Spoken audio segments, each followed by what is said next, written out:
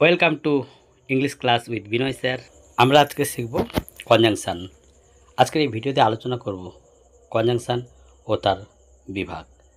কনজাংশনকে মোট 4টি ভাগে বিভক্ত করা যায়। এই যে কনজাংশন, যেটা পশ্চিমবঙ্গ সরকারি যে স্কুলগুলো রয়েছে তাতে ক্লাস 10 অর্থাৎ মাধ্যমিক স্তরে রয়েছে এই কনজাংশন। এই যে কনজাংশন এখন দেখব 4টি বিভাগ। এই 4টি বিভাগ আমরা সুন্দরভাবে আজকে আলোচনা করব। প্রথম, cumulative conjunction. Second, adversative conjunction. Third, relative conjunction. ও ফোর্থ, অল্টারনেটিভ কনজাংশন। এই কনজাংশনগুলো আমরা একের পর এক সুন্দরভাবে আলোচনা করব। প্রথমে দেখব কুমুলেটিভ কনজাংশন। এই কনজাংশন উভয়কে বোঝানো হয়, বোথ, অ্যান্ড, ও, নট অনলি বাট অলসো।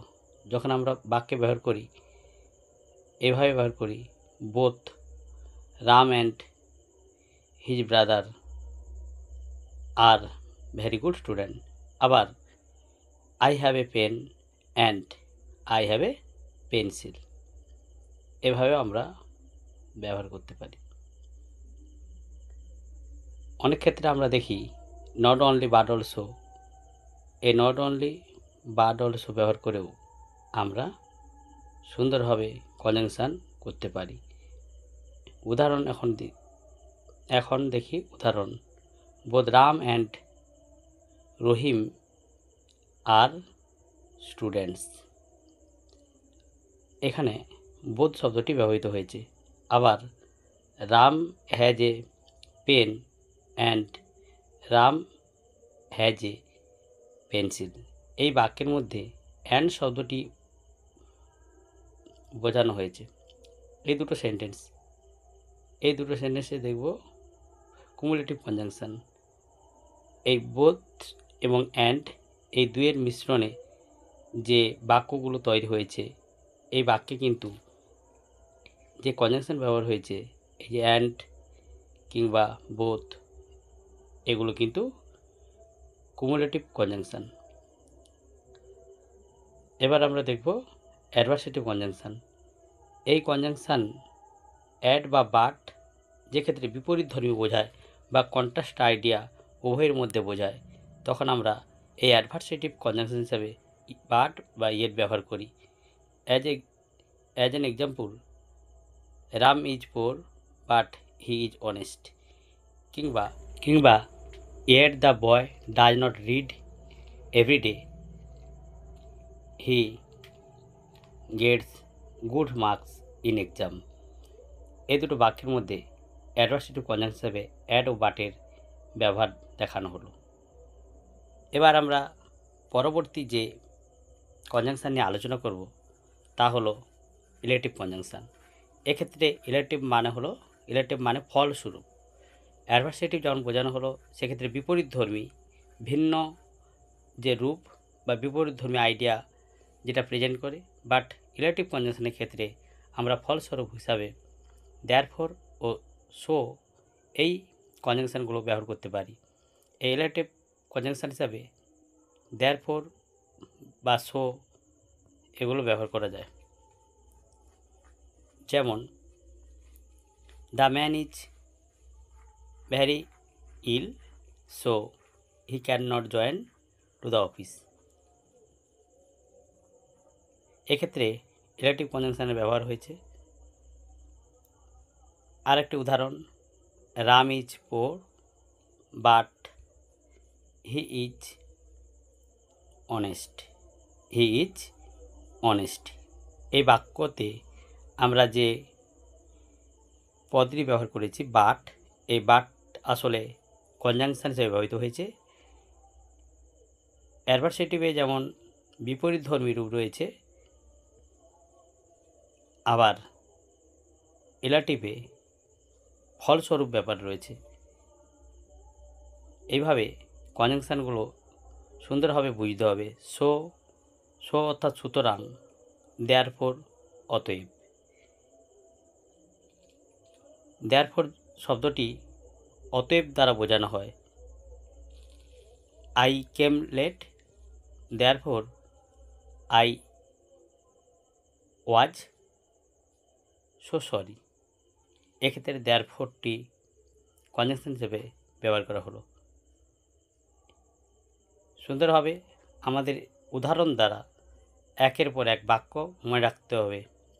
পরবর্তী যে কনজাংশন নিয়ে আমরা আলোচনা করব, এই কনজাংশনের আরেকটি যে রূপ, যেটা হলো অল্টারনেটিভ কনজাংশন। এই অল্টারনেটিভ কনজাংশনের যে রূপটা রয়েছে এটা কেমন না, অল্টারনেটিভ অর্থাৎ একটির পরিবর্তে অপর একটি। অল্টারনেটিভ হয় আমরা এটা ব্যবহার করব, না হলে ওটা ব্যবহার করব। এক্ষেত্রে ইদার অর, নেদার নর বা অর, এই কনজাংশন আমরা ব্যবহার করতে পারি।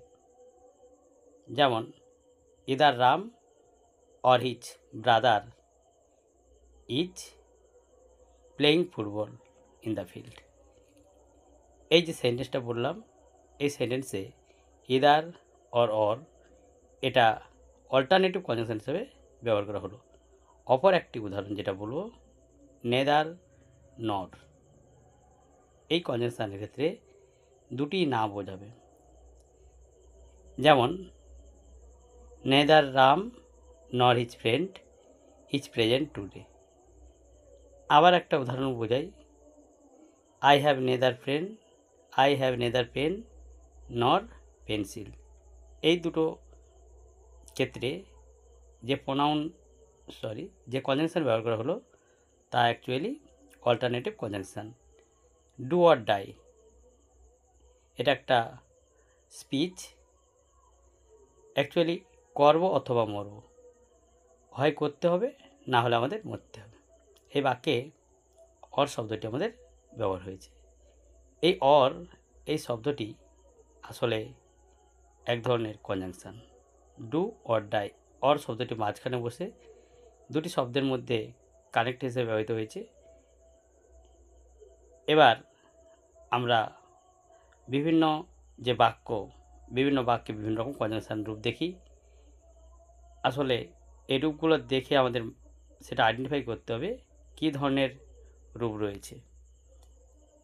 আমরা যদি ভালো করে জানি কনজাংশন কাকে বলে, কনজাংশনের শ্রেণীবিভাগ, কনজাংশন কোথায় বসানো হয়, তাহলে কিন্তু সুবিধা হবে। আর এই চারটে যে আইডিয়া দিলাম, আরেকবার বিষয়টা ভালো করে বুঝাই। প্রথমে রয়েছে কুমুলেটিভ কনজাংশন, তারপর অ্যাডভার্সেটিভ, এলাটিভ, অল্টারনেটিভ। কুমুলেটিভ যে কনজাংশনটা, এটা উভয়ধর্মী, উভয়কে বোঝানো হয়। অ্যাডভার্সেটিভ যেটা রয়েছে বিপরীতধর্মী, এলাটিভ ফলস্বরূপ, এবং অল্টারনেটিভ যেটা একটি অথবা অপরটি একে অপরের পরিপূরক হিসেবে থাকতে পারে। এবং এই চারটি যে কনজাংশন বোঝানো হলো, এই চারটি conjunction class 10 West Bengal board of secondary education অর্থাৎ পশ্চিমবঙ্গ সরকার অধীন যে ক্লাস 10 বা দশম শ্রেণীর পাঠ্যপুস্তক রয়েছে তাতে এই সিলেবাস রয়েছে। আবার আমরা দেখব যেগুলো সেন্ট্রাল বোর্ড, যেগুলো সিবিএসই কিংবা সেন্ট্রাল বোর্ডে আরও অধীন যে নবোদয় কিংবা আরও যে স্কুল রয়েছে ট্রাইবাল স্কুলগুলোতে, সেখানেও কনজাংশনের এভাবে রূপ রয়েছে। যারা ইংরেজি মিডিয়ামে পড়ে কিন্তু মাদার যে ল্যাঙ্গুয়েজ বাংলা, তারা কিন্তু বাংলা ভাষায় এই ভিডিও দেখে অনেকটা উপকৃত হবে আশা করি। এবং পরবর্তী সময়ে আমার এই চ্যানেলে আরও অন্য যে নতুন ভিডিওগুলো আসবে সেগুলো অবশ্য সাবস্ক্রাইব করবে, দেখবে, এবং ভিডিও ভালো লাগলে অবশ্যই সাবস্ক্রাইব করবে। অবশ্যই চ্যানেলটাকে সাবস্ক্রাইব করুন এবং শিখতে থাকুন নিত্য নতুন গ্রামার।